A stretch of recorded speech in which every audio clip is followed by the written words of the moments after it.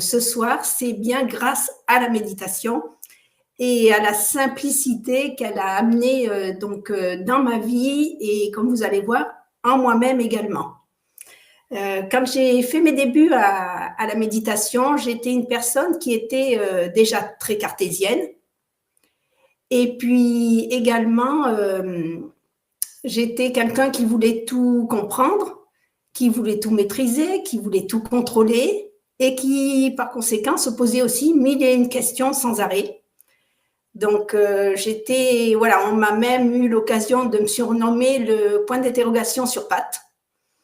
Donc, vous voyez, j'étais très, très loin de la simplicité.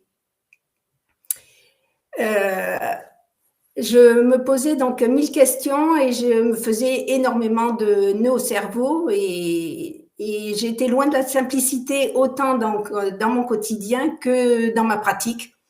Quand j'ai débuté la méditation, je me posais toujours mille et une questions, à savoir si je méditais bien, si j'avais la bonne posture, si mes pensées, je les laissais bien passer, qu'est-ce qui allait se passer, enfin voilà, dès qu'il y avait quelque chose, est-ce que c'était normal, est-ce que c'était pas normal, donc vous voyez, plein de questions. Je pense que certains d'entre vous se reconnaîtront très certainement.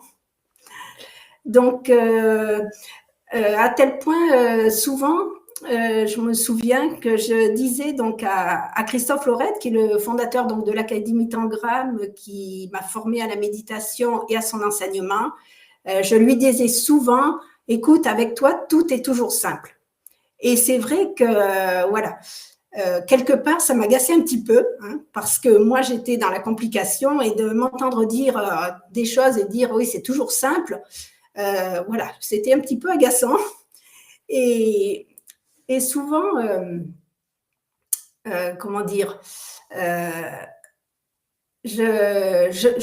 quelque part, il véhiculait lui-même une telle simplicité que c'en était très apaisant, d'une part.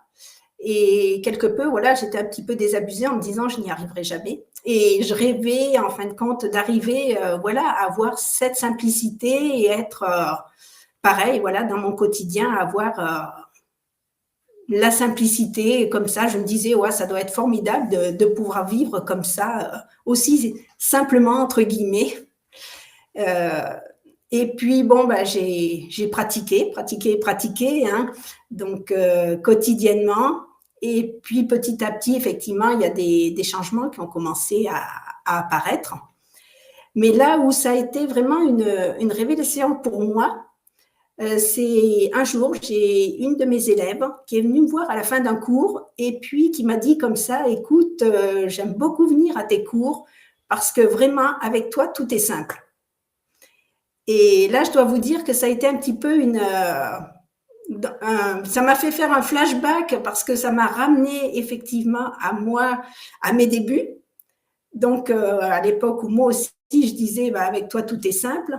Et puis, ça m'a aussi permis de prendre conscience que la simplicité, elle s'était invitée dans ma vie, d'une part, mais elle s'était aussi invitée finalement en moi-même. Et ça a vraiment été un moment fort que j'oublierai pas.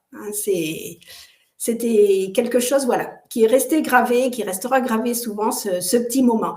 Parce que finalement, avec la méditation, on se rend compte, souvent c'est après coup, qu'on se rend compte des changements qu'il y a eu. Là, cette simplicité, elle s'est invitée, alors pas totalement, je ne suis pas passée du jour au lendemain à quelqu'un de très compliqué, à quelqu'un de très simple, ça s'est fait progressivement. Et puis, ça continue encore, parce qu'il n'y a pas de fin. Mais par contre, ça s'est fait pratiquement, comme je dis, à mon insu. Alors, quelque part, on peut dire que c'est le côté magique de la méditation, même si on sait qu'il n'y a rien de magique au final.